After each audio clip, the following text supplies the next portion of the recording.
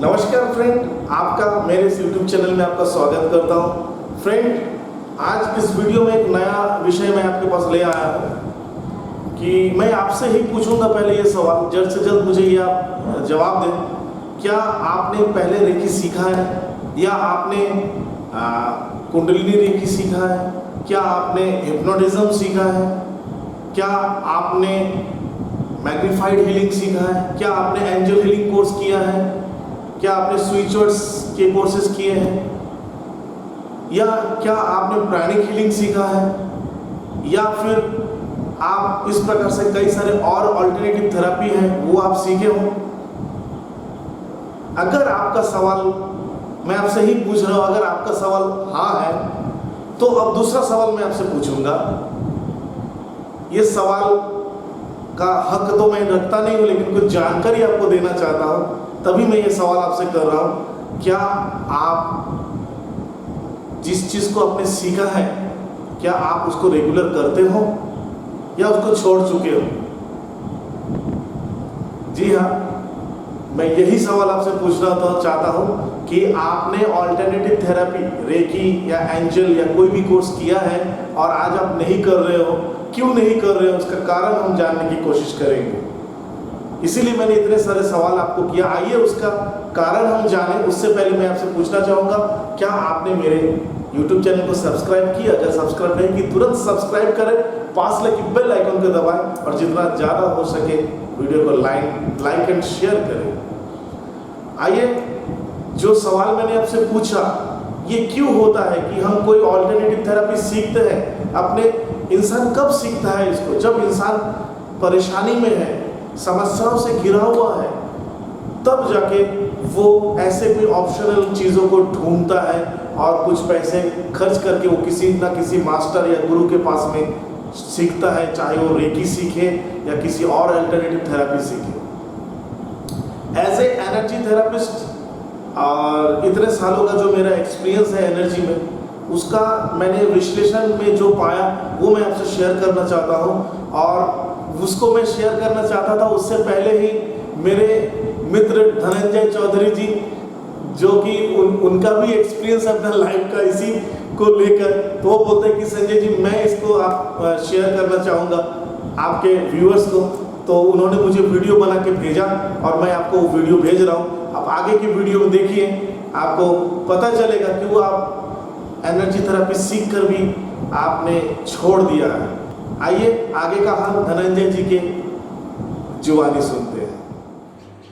Atma Namaste.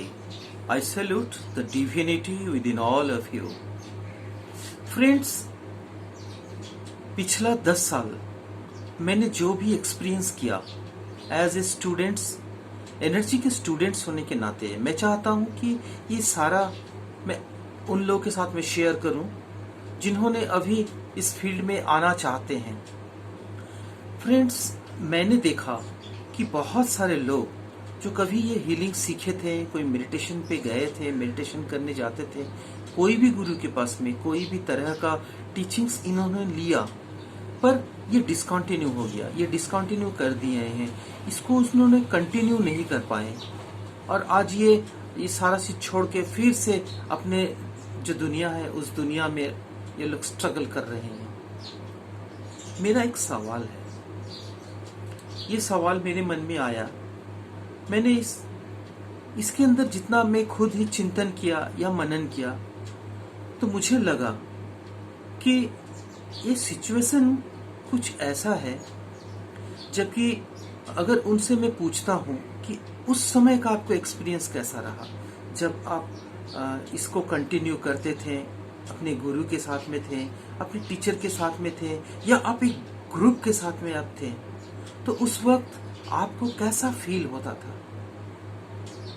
शायद ही कुछ ऐसे लोग मिले हैं जिन्होंने कहा कि मुझे अच्छा नहीं लगता था या मुझे इसका फीलिंग नहीं हुआ। शायद ही ऐसे लोग मिले, पर ये तो और भी कंफ्यूज करने बात थी कि अगर उनको बहुत अच्छा लगता था तो फिर ये ड्रॉप आउट कैसे हो गए? क्यों आज उससे वो दूर हट गए हैं? फिर मैं और थोड़ा सा अंदर गया तो मुझे पता चला ये मैंने अनुभव किया, ये मेरी अनुभव है, मेरे पर्सनल अनुभव है कि जिस जगह पे ये है उनके आसपास की ऑरा, चूंकि हम लोग एनर्जी के लोग हैं तो हमें यूनिवर्स में सिर्फ एनर्जी छोड़ के और कुछ नहीं दिखता है।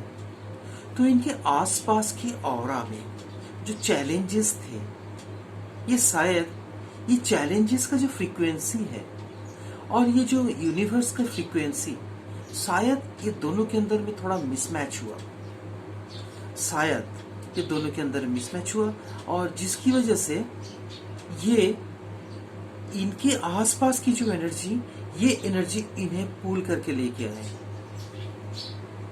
और उसका रिजल्ट है कि आज ये लोग इस प्रैक्टिस से दूर हैं। वो मेडिटेशन के ग्रुप से हो, अपने गुरु के ग्रुप से हो, लेकिन जिन्होंने है उनका लाइफ में 180 डिग्री का चेंजेस आया, एकदम यू टर्न आया। तो फ्रेंड्स, अगर मैं आपसे एक बात कहूं, अगर मैं आपसे ये पूछूं कि as a students of energy, और अगर आप एनर्जी के कोई ट्रेनर हैं, आप लोगों को सिखा रहे हैं, क्या मैं आपसे एक सवाल करूं? एक छोटा सा सवाल। आप सबके पास में इस तरह का एक्सपीरियंस तो हुआ होगा कि कभी आप कोई पहाड़ में गए होंगे, कोई ऐसा पहाड़ जहां आइस फॉल होता होगा, या जहां बर्फ का पहाड़, या ये मान के चले कि क्या कोई एवरेस्ट अगर पहुंचता है, एवरेस्ट में चढ़ने के बाद या एवरेस्ट तक पहुंचने के बाद, क्या वो एवरेस्ट से वो बर्फ का टुकड़ा, कुछ आइस का पीस, क्या अपने घर वालों के लिए वापस ला सकता है? कि अपने फैमिलीज के लिए घर में वापस ला सकता है? वो फोटो खींच सकता है, उसका मेमोरीज को ले सकता है, वो अपने कैमरे में उसको बंद कर सकता है।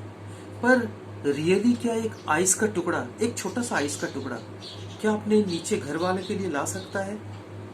नहीं, क्योंकि वहां का टेम्परेचर और नीचे जहां हम लोग हैं यहाँ का टेम्परेचर एक नहीं है, एक नहीं है। तो क्या होगा, वो आइस यहाँ पहुंचते पहुंचते आइस नहीं रहेगा। आप समझ रहे हैं मेरा इशारा कहां पर है? मेरे इशारा है कि ये दोनों का टेम्परेचर, दोनों का एटमॉस्फेयर अगर एक नहीं है तो वहां का मेमोरीज को हम नीचे ला सकते हैं। क्या ये हो सकता है कि हम वहां का टेम्परेचर और यहाँ का टेम्परेचर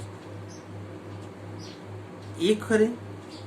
तो शायद भौगोलिक दृष्टि से ये सही नहीं होगा, पर एज ए एनर्जी के साथ अगर हम इसको कंपेयर करें,